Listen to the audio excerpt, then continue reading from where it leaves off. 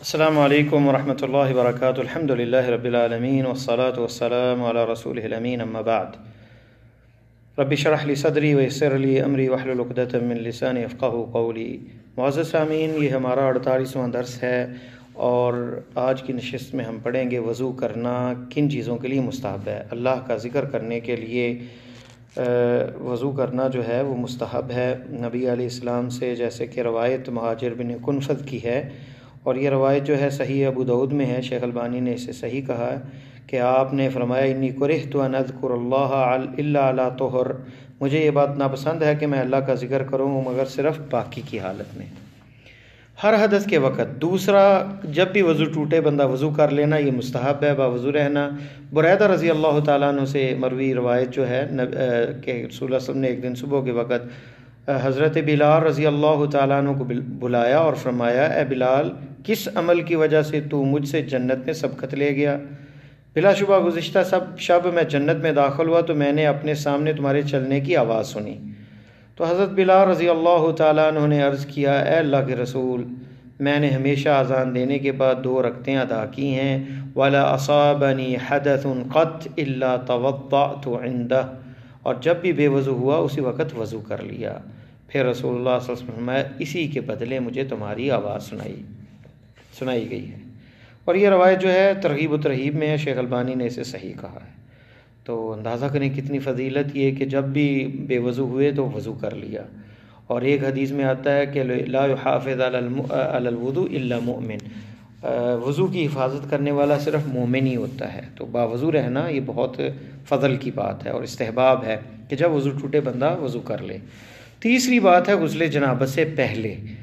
عائشہ رضی اللہ تعالیٰ عنہ کی حدیث ہے کہ جب آپ غسل جنابت کا ارادہ فرماتے تو پہلے اپنے ہاتھ دھوتے، ثم توضأ کما یتوضأ للصلاۃ، پھر آپ وضو کرتے جیسے نماز کے لیے وضو کیا جاتا ہے۔ اور یہ روایت صحیح بخاری میں کتاب الغسل میں ہے، باب الوضوء قبل الغسل۔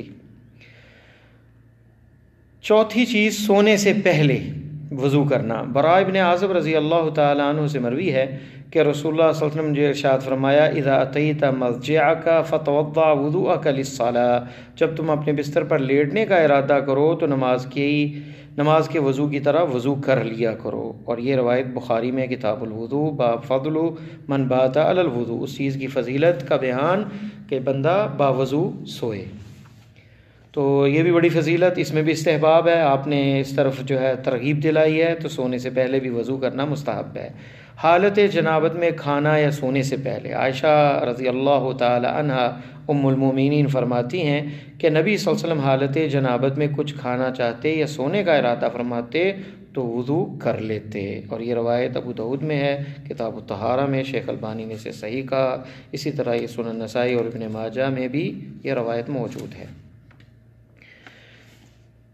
چھٹی چیز ہے، ایک ہی رات میں 2 دفعہ اگر بیوی کے پاس ایک دفعہ گیا ہے، دوبارہ ہم بستری کا ارادہ ہے تو اس میں دوبارہ جانے کے لیے وضو کرنا جو ہے، یہ ابو سعید خدری سے روایت ہے کہ جب تم میں سے کوئی اپنی اہلیہ سے مباشرت ہم بستری کرے تو پھر دوبارہ لوٹنے کا ارادہ کرے تو اسے وضو کر لینا چاہیے۔ اور یہ روایت صحیح مسلم کے اندر موجود ہے۔ تو ایسی حالت میں بھی استحباب ہے، واجب نہیں ہے، مستحب ہے کہ وہ بندہ وضو کر لے۔ میت کو اٹھانا یا اسے غسل دینا جو ہے، اس پہ بھی آپ نے فرمایا، من غسل میتا فلیغتسل ومن حملہ فلیتوضا، جو شخص میت کو غسل دے وہ غسل کرے اور جو اسے اٹھائے وہ وضو کرے۔ اس حدیث کی وضاحت آگے آئے گی باب الغسل کے اندر، لیکن اسے علماء نے اسے استحباب پہ محمول کیا ہے کہ جو غسل دے اس کے لیے غسل کرنا مستحب ہے اور جو اس کو اٹھائے اس کے لیے وضو کرنا مستحب ہے۔ قے کے بعد 8ویں چیز ہے، جیسا کہ ابو درداء سے مروی ہے کہ ان النبی صلی اللہ علیہ وسلم قاء فتوضا، نبی صلی اللہ علیہ وسلم نے قے کی تو وضو کر لیا۔ بعض نے کہا ہے کہ قے جو ہے اسے وضو ٹوٹ جاتا ہے، اور بعض نے اس میں تفصیل بیان کی ہے کہ پیٹ سے اگر آئے اور منہ بھر کے آئے قے تو وہ جو ہے اس سے وضو ٹوٹ جاتا ہے، قلس جو تھوڑا سا پانی گلے میں ہے وہ نکلے تو اس سے نہیں ٹوٹتا۔ تو اس میں بعض نے اس کو مستحب کہا ہے، قے کے بعد وضو کرنا جو ہے مستحب ہے، اور بعض نے کہا کہ قے ناقض وضو ہے اگر پیٹ سے آئے اور منہ بھر کے آئے۔ اور یہ روایت جو ہے جامع ترمذی کے اندر ہے اور صحیح ہے، شیخ البانی نے اسے صحیح کہا۔ تلاوت قرآن بغیر وضو کے بھی پڑھ سکتا ہے. ہم نے پہلے ذکر کیا کہ قرآن پڑھا جا سکتا ہے، اس پہ دلیل بھی ہے. بغیر وضو کے بھی قرآن کی تلاوت کرنا ثابت ہے، جیسا کہ حدیث ابن عباس صحیح بخاری کے اندر موجود ہے کہ آپ رات کو جب بیدار ہوئے تو آپ نے سورہ آل عمران کی آخری آیات 10 آیات پڑھی اور پھر وضو کیا. اور امام بخاری نے اس پہ باب باندھا ہے قراءۃ القرآن بعد الحدث، بے وضو ہونے کے بعد قرآن مجید کی تلاوت کرنا. تو جس سے پتہ یہ چلتا ہے کہ انسان جو ہے بغیر وضو کے بھی قرآن کی تلاوت کر سکتا ہے. قرآن کو چھونے کا مسئلہ آگے آئے گا، بیان ہوگا. اور حضرت عائشہ رضی اللہ تعالیٰ عنہ سے دوسری جو روایت ہے، جو کہ ارواء الغلیل میں شیخ البانی نے صحیح کہا، جو سنن نسائی، دارمی، ابن حبان، سنن دارقطنی اور اسی طرح امام بہقی نے روایت کیا ہے، معرفت السنن والآثار کے اندر بھی ہے. اس روایت میں ہے کان رسول اللہ صلی اللہ علیہ وسلم یذکر اللہ علی کل احیان، اللہ کا ذکر کرتے ہر حال میں، ہر وقت اللہ کا ذکر کرتے رہتے تھے. تو یہ بھی اس چیز کی دلیل ہے. تو قرآن کی تلاوت زبانی یعنی بغیر چھوئے ہوئے یا موبائل سے بھی آپ بغیر وضو کے پڑھ سکتے ہیں. آتے ہیں قرآن پکڑنے کے لیے کیا وضو کرنا ضروری ہے. حدیث نبوی ہے، آپ نے فرمایا لا یمس القرآن الا طاہر، قرآن کو صرف طاہر ہی ہاتھ لگائے، اور یہ حدیث صحیح ہے. پچھلی حدیث جو حدیث عائشہ تھی معذرت کے ساتھ کہ جس میں اللہ کے نبی صلی اللہ علیہ وسلم ہر حال میں وضو کرتے ہیں، یہ صحیح مسلم میں ہے. اور یہ روایت جو ہے کہ آپ قرآن کو صرف طاہر اٹھائے، یہ ارواء الغلیل میں شیخ البانی نے اسے صحیح کہا. یہ سنن نسائی، دارمی، ابن حبان اور دارقطنی کے اندر موجود ہے. اس حدیث میں موجود لفظ طاہر کے معنی و مفہوم میں اختلاف کی وجہ سے جو ہے مسئلے میں اختلاف پیدا ہوا.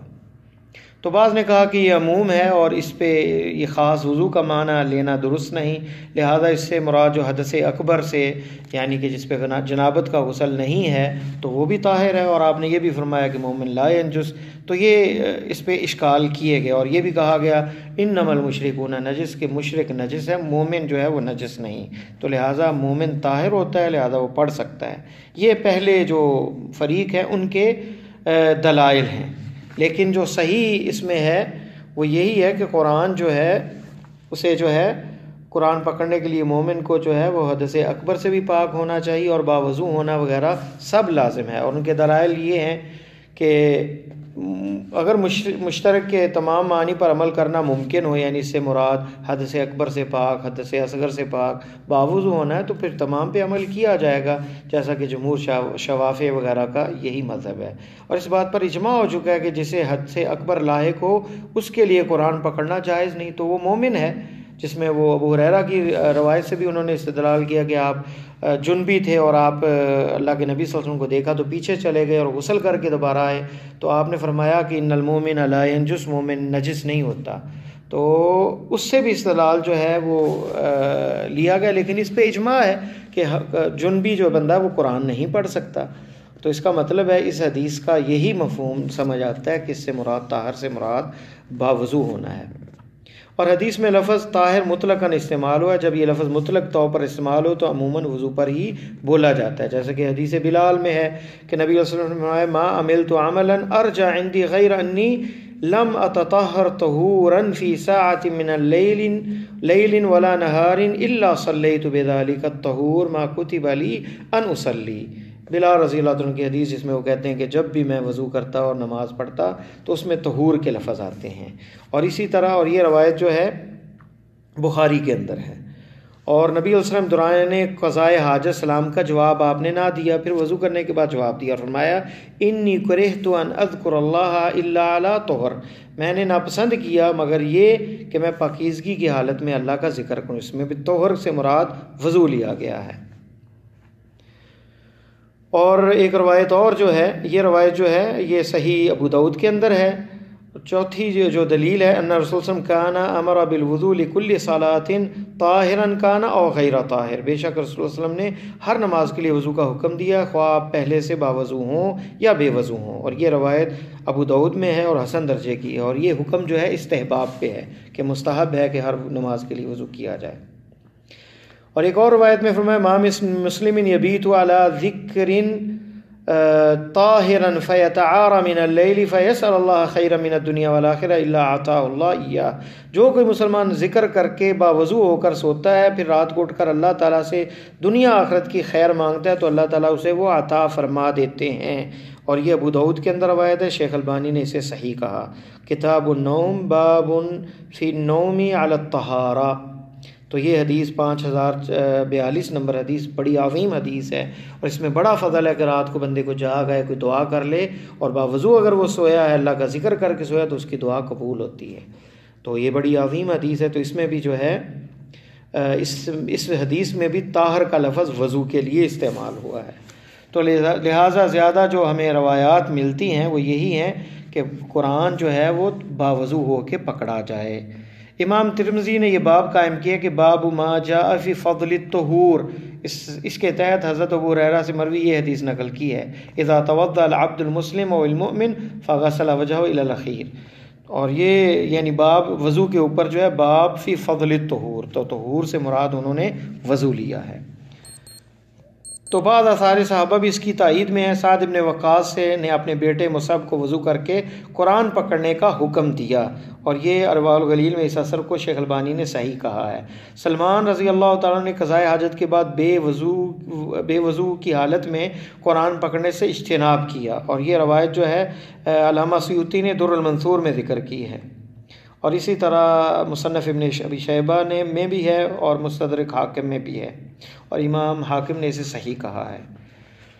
تو ائمہ اربعہ بھی اس کے قائل ہیں. امام ابو حنیفہ رحمۃ اللہ علیہ، امام مالک، امام شافعی، امام احمد ابن حنبل رحمہم اللہ جمیعاً تمام کے نزدیک باوضو جو ہے قرآن کو چھوا جائے، اور یہی بات جو ہے ثواب ہے، اور یہی صحیح نظر آتی ہے، اور یہی راجح نظر آتی ہے کہ قرآن جب پکڑنا ہو تو باوضو ہو. اور وہ عورتیں جن کو مینسز کے ایام ہیں اور وہ قرآن پڑھتی ہیں، حفظ کرتی ہیں، بھولنے کا ڈر ہو تو وہ دستانے پہن کے قرآن پکڑ سکتی ہیں. اور اسی طرح بندے کو بھی اگر کوئی ضرورت پیش آئے قرآن کہیں رکھنا ہو تو کسی چیز کے دستانے یا کسی چیز کے ساتھ پکڑ کر اسے رکھے. ابن تیمیہ کہتے ہیں کسی نے سوال کیا کہ قرآن کو بغیر وضو کیے پکڑنا جائز ہے یا نہیں، تو انہوں نے جواب میں ائمہ اربعہ کا مذہب نقل کیا کہ قرآن کو صرف طاہر ہی پکڑ سکتا ہے، اور مزید ذکر کیا کہ حضرت سلمان فارسی اور حضرت ابن عمر رضی اللہ تعالیٰ عنہما وغیرہ کا بھی یہی موقف ہے. یعنی صحابہ میں ان کا کوئی مخالف بھی معروف نہیں، یعنی صحابہ بھی اس میں کوئی ان کا مخالف نہیں ہے اس مسئلے کے اندر، اور یہ فتاوی الکبریٰ میں ہے. تو یہی واضح اور راجح نظر آتا ہے کہ قرآن جو ہے اگر پکڑا جائے تو اسے وضو کی حالت میں پکڑا جائے، اور تلاوت کی جائے قرآن سے تو باوضو ہو کے کی جائے. قرآن موبائل سے آپ پڑھ رہے ہیں، موبائل اپلیکیشن سے، تو بغیر وضو کے پڑھ سکتے ہیں. ایسی تفسیر جس کے اندر قرآن بھی ہے اور تفسیر بھی ہے، کتاب ہے، کتابی شکل میں ہے، تو ایسی آپ پکڑ سکتے ہیں. لیکن صرف قرآن جو ہے جس میں صرف قرآن ہے اسے جو ہے باوضو ہی پکڑا جائے گا. واللہ تعالی عالم، وصلی اللہ تعالی علی خیر خلقہ محمد وعلی آلہ وصحبہ اجمعین.